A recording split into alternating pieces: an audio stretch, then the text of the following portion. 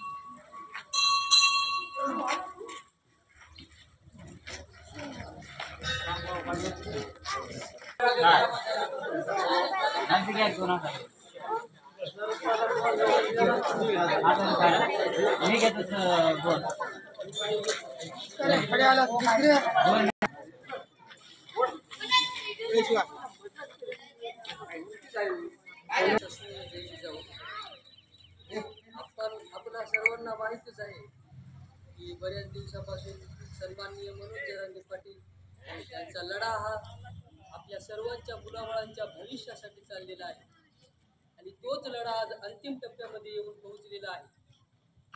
या अंतिम टप्प्याची तयारी एवढी जोमाने करायची आहे की निश्चितच आपल्याला त्या तयारीमध्ये यश मिळालं पाहिजे. याच हेतूने आपण चालला पाहिजे.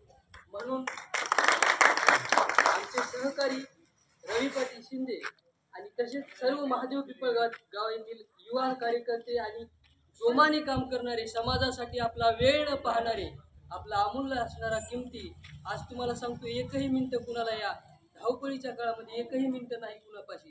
कुणाला शेतीची कामं, कुणाला व्यवसायाची कामं, सर्वांना कुठल्या ना कुठल्या गोष्टीची कामं आहेत.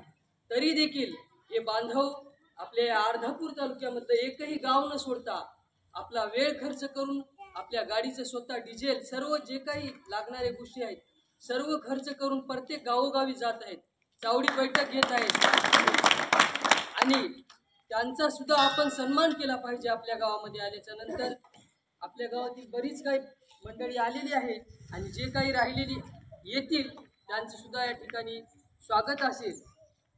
आणि जो काही लढा आहे तो अंतिम टप्प्यात पोहोचलेला आहे. या लढ्यासाठी आपल्याला संपूर्ण तयारीने सज्ज राहावे लागेल. आज आपलं गाव झाल्याच्या नंतर नांदला, दिग्रस हे 2-4 गाव होतील. पाटील आलेले आहेत. पाटील आपल्याला संबोधन करतील की जे सांगतील नियोजन त्या नियोजनाप्रमाणे आपला अर्धापूर तालुका आपल्याला चालवायचा आहे. आणि अर्धापूर तालुका आपला एवढा काही एकमेव असा आहे की त्यामध्ये विशेष काही गावाचं प्राधान्य आहे. त्यामध्ये खूप गावं असतील तर हे अर्धापूर तालुक्याची धग ही पाटलांपर्यंत पोहोचलेली आहे आणि पाटलानं सुद्धा आपल्या अर्धापूर तालुक्याचं नाव या ठिकाणी संबोधित केलेलं आहे की अर्धापूर तालुका हा नांदेड जिल्ह्यात मराठा आरक्षण चळवळीमध्ये सर्वात 1 नंबरला आहे असं मनोज जरांगे पाटील.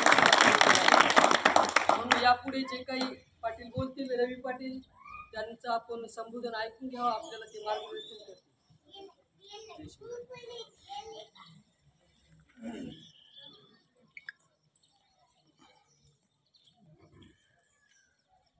सर्वांना रामराम. गावामध्ये आता दुसऱ्यांदा मशाल्या प्रहितांसाठी आता दुसऱ्यांदा पुन्हा एकदा बैठक होत आहे. आपण आता खऱ्या अर्थानं पाहायला पाहिजे की आपल्याला आरक्षणाची गरज का पडते. आपला जो आरक्षणाचा हा लढा आहे गेली 40-45 वर्ष पासून सुरू झालेला आहे. पूर्वी आपल्याला 50-100 वर्षापूर्वी आपल्या पूर्वजांना 100-50 एकर, 200-200 एकर जमिनी होती. पण आपली कुटुंबातील संख्या वाढत गेली, मुलं बाळं वाढत गेली आणि आपल्या जमिनीचं वर्गीकरण होतं. त्या जमिनीचे छोटे छोटे छोटे तुकडे झाले. जे 100 एकरवर होते ते 25 एकरवर आले, जे 25 एकरवर होते 5 एकरवर आले, जे 5 एकरवर होते ते 1 एकरवर आले. त्यावेळेस पंजाबराव देशमुख साहेबांनी कुणबी प्रमाणपत्र तुम्ही घ्या म्हणून आपल्या संबंध महाराष्ट्रातील मराठा समाजाला आवाहन केलं होतं. त्यावेळेस ज्यांना गरज होती त्यांनी घेतल्या, ज्यांच्याकडे जमिनी होत्या. पण यावेळेस आम्हाला आरक्षणाची गरज नाही असं म्हणून मोठ्या मनानं त्यावेळेस आपल्या मराठा समाजानं कुणबी प्रमाणपत्र घेतले नाही. पण आज परिस्थिती वेगळी आहे. आज आपल्या मुलाबाळाचं शिक्षण करण्यासाठी असेल किंवा शिकलेल्या मुलाला नोकरी मिळण्यासाठी असेल, आज आपल्याला खऱ्या अर्थानं आरक्षणाची गरज ही निर्माण झालेली आहे. त्यामुळं आपण हा जो आरक्षणाचा लढा आहे तो सुरू केलेला आहे. आज आपण पाहतो की आपले कित्येक बांधव हे आर्थिक परिस्थिती कमकुवत असल्यामुळं आपल्या मुलाबाळांना शिकू शकत नाही. पर्यायी आपल्या मुलाबाळांना कुठंतरी मजुरीनं जावं लागते. म्हणजे बुद्धिमत्ता असताना सुद्धा फक्त आर्थिक परिस्थिती कमजोर असल्यामुळं आपल्याला कुठंतरी कामाला जावं लागतं, कुठं मजुरीला जावं लागतं, नाहीतर शेती करावी लागते. मग अशी परिस्थिती असताना जो अण्णासाहेब पाटील, अण्णासाहेब जवळे पाटील, विनायकराव मेटे साहेब यांच्यानंतर खऱ्या अर्थानं महाराष्ट्राला, मराठा समाजाला एक निस्वार्थ आणि निष्कलंक असं नेतृत्व मनोज जरांगे पाटील यांच्या रूपानं लाभलं. आणि त्यांच्याच नेतृत्वामध्ये गेली 2 वर्ष आपण हा लढा कायम लढत आहोत. आपण मागच्या टप्प्यामध्ये हा जो सर्व जनसमुदाय घेऊन वाशीपर्यंत गेलो होतो. वाशीला मुख्यमंत्री आले. तत्कालीन मुख्यमंत्र्यांनी मराठा समाजाला आश्वासन दिलं की तुमच्या सर्व मागण्या पूर्ण करू. त्यातील काही मागण्या पूर्ण केल्या, पण अन्य मागण्या अजूनही आपल्या पूर्ण झालेल्या नाही. त्यामुळं त्या मागण्यांसाठी सरकारला जाब विचारण्यासाठी की तुम्ही आम्हाला आश्वासन दिलं होतं की तुम्ही आमच्या सर्व मागण्या पूर्ण करणार, त्यासाठी आपल्याला पुन्हा एकदा मनोजदादा जरांगे यांच्या नेतृत्वामध्ये 27 ऑगस्ट रोजी अंतरवाली येथून आपल्याला मुंबईकडे निघायचं आहे. आपला यावेळेस एकच मुक्काम असणार आहे. 27 तारखेला निघणार, 28 तारखेला एक मुक्काम आणि 29 तारखेला आपण मुंबईला मैदानावर पोहोचणार आहोत. आपण ज्या पद्धतीनं आता खरं पाहायला गेलं तर देगाव बुद्रुकचं अर्धापूर तालुक्यातील जे मराठा आरक्षण आंदोलनामधील जे अग्रगण्य गावं आहेत त्यामध्ये देगाव बुद्रुकचं सुद्धा एक नाव अग्रस्थानी आहे असं मला या ठिकाणी आवर्जून नमूद करायचं. कारण प्रत्येक आंदोलनामध्ये देगाव बुद्रुकमधील आपले सर्व मराठा बांधव अग्रस्थानी असतात आणि या मराठा चळवळीला कायम ठेवण्याचं काम या देगाव बुद्रुकमधील आपल्या मराठा बांधवांनी केलेलं आहे.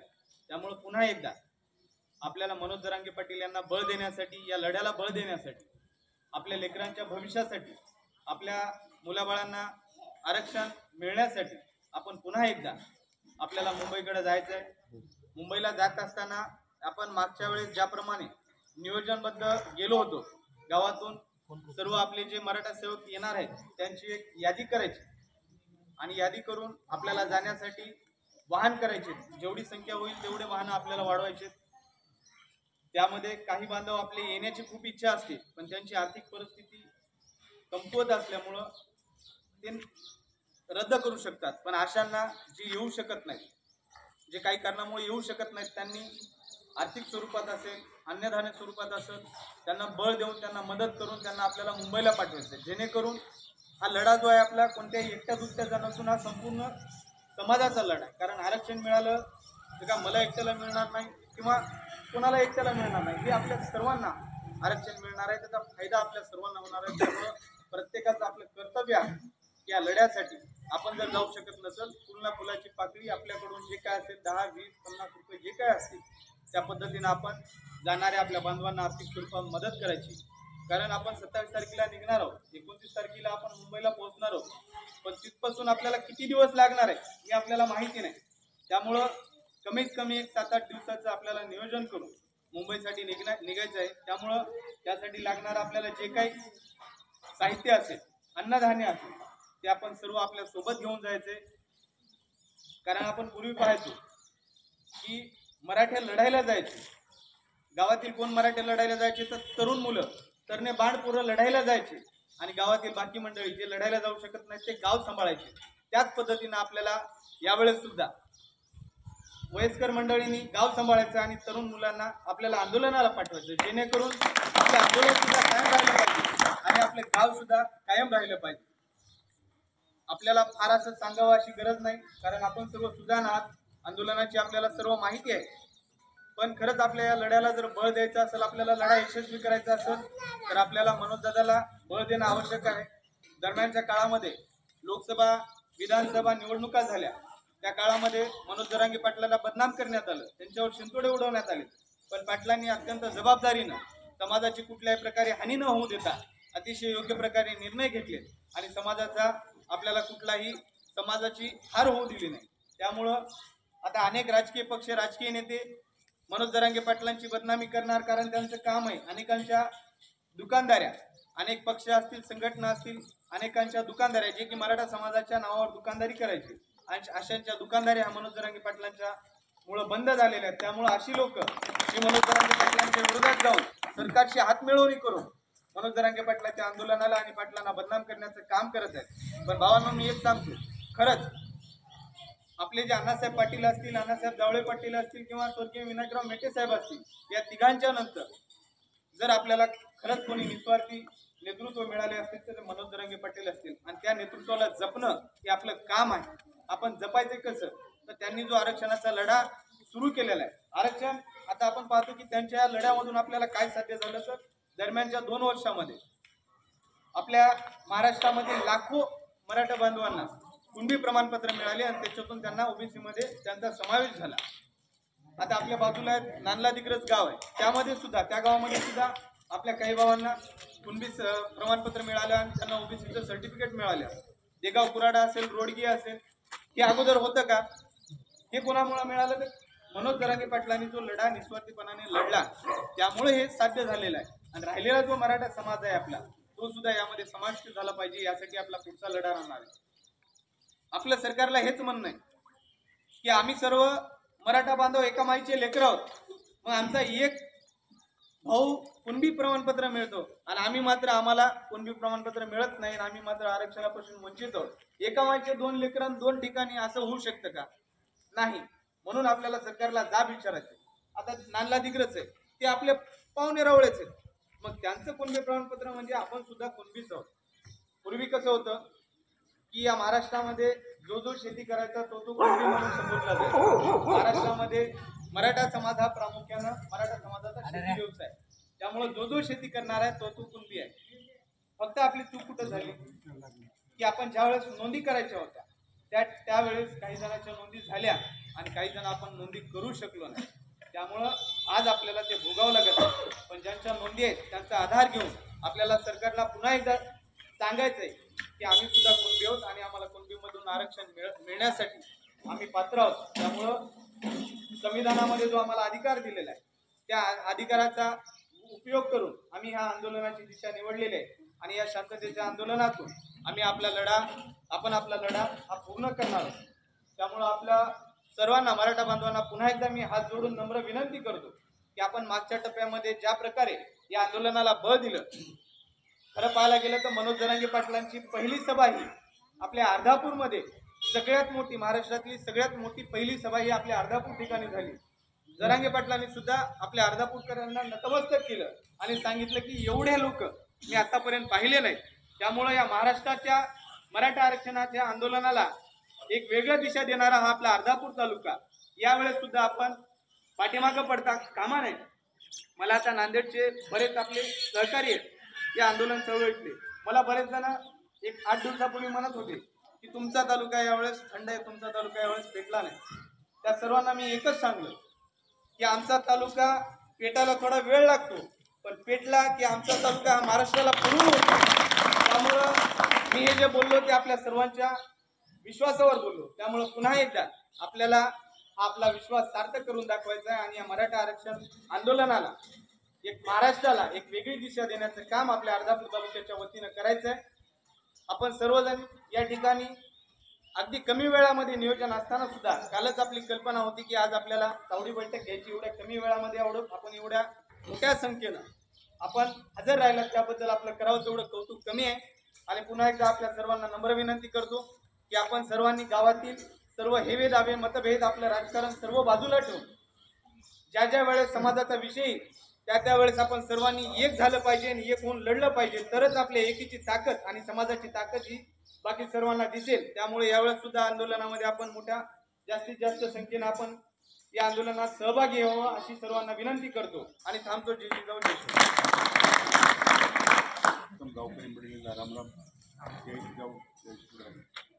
आत्ताच आपले रवी भाऊंनी सविस्तर आपल्याला कल्पना दिलेली आहे जरांगे पाटलाच्या कार्याबद्दल आणि आपलं काय कर्तव्य आहे, त्याला काय कर्तव्य बजवायचं आहे त्या संदर्भामध्ये सगळं सविस्तर कल्पना दिली.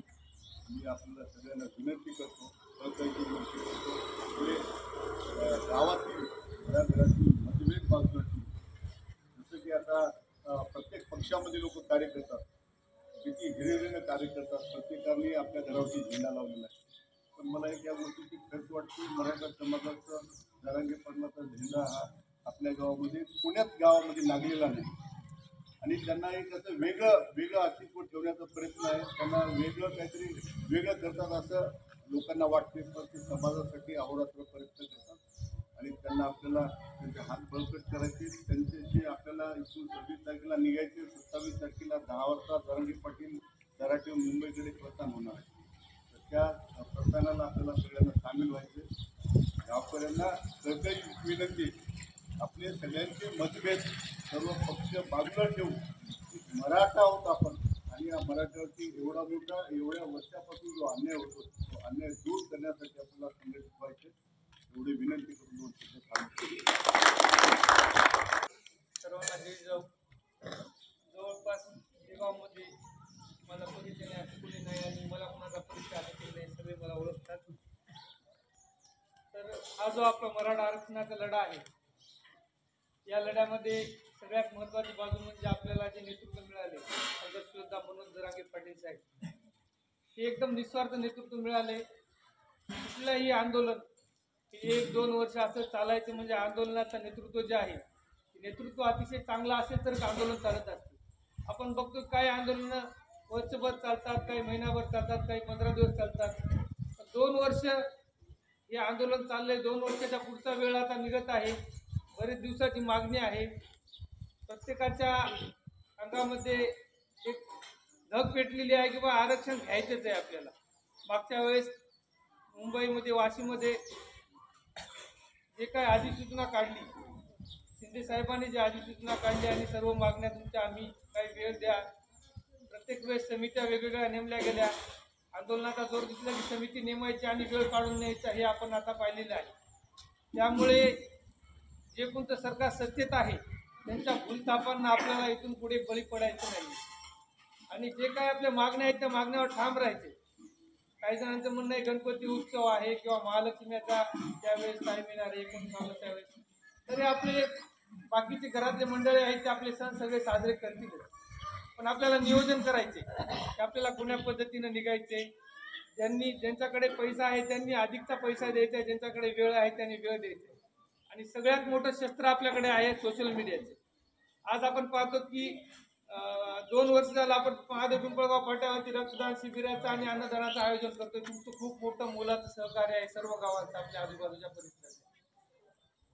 तर त्यामध्ये आपण पाहतो की एखाद्या न्यूजपेपरला किंवा एखाद्या वर्तमानपत्रात बातमी द्यायची तरी पैसे दिल्याशिवाय बातमी लागत नाही. तर आपण रक्त देतोय, रक्तदान करतोय. 67 रक्तदान केले मागच्या वर्षी, यावर्षी 40 रक्तदान केले. पण सोशल मीडिया जरांगे पाटलांनी एवढं मोठं आंदोलन केलं. नारायणगडला खूप मोठी सभा झाली. त्याच्या अगोदर एक वर्ल्ड रेकॉर्ड झालं. 2 कोटी समाज बांधव आपले एका ठिकाणी आले. पण आपल्याला ज्या पद्धतीनं कव्हरेज मिळायला पाहिजे त्या पद्धतीने मिळालं नाही. कुठेतरी आपल्याकडे दुर्लक्ष होते. जाणीवपूर्वक आपल्याला एक समजा प्लॅटफॉर्म जो आहे पाटलांचा जो मिळाले त्या याच्याकडे आपल्याला दुर्लक्ष करता येतो. आणि जे सरकार आहे त्या सरकारला आपल्या काय मागण्या आहेत, जसं की रवी पाटलांनी सांगितलं की 2 भाऊ आहेत शेतकऱ्याचे. एका शेतकऱ्याचे लेकर आहेत, एक कुणबी आणि एक मराठा असं होऊ शकत नाही. मराठा आणि कुणबी एकच आहे. शेती करणारा प्रत्येक घटक म्हणजे शेती करणारा, शेतात राबणारा हा म्हणजे कुणबी. आम्हाला कुणबी नोंदी द्यायला तुम्हाला 1967च्या अगोदरच्या तुम्ही जे हे पुरावे शोधताय तर त्या याच्यामध्ये सर्व समाज बसत नाही. जे कोणी बसले त्यांना कुणबी सर्टिफिकेट मिळालेले आहे. तर आता पितृसत्ताक पद्धतीमध्ये आपल्याला जे आहे वडिलांकडून जे येणार आहे त्यांना सगळ्यांना कुणबी प्रमाणपत्र भेटले. आपल्याला सरकारने आश्वासन दिले सगळे सोयरे आले. सगळे सोयरे म्हणजे एकमेकाचे जे कोणी आपले नातेसंबंधामध्ये आहोत. आपल्या इथे जसं दिग्रसला या ठिकाणी कुणबी सर्टिफिकेट मिळालेले आहे. देगाव कुराड्याला कुणबी सर्टिफिकेट मिळाले. आपल्या जवळच एक कोंडूर म्हणून गाव आहे. पतंगे कंपनी पूर्ण 100% गावाला कुणबी सर्टिफिकेट मिळाले. अडचणी काय येतात, आता एक कुणबी सर्टिफिकेट मिळालेलं आहे, पण ज्यावेळेस व्हॅलिडिटीची वेळ येते त्यावेळेस एका सर्टिफिकेटला 80,000, 90,000 किंवा 1,00,000 रुपयाचे पैसे लागत आहेत.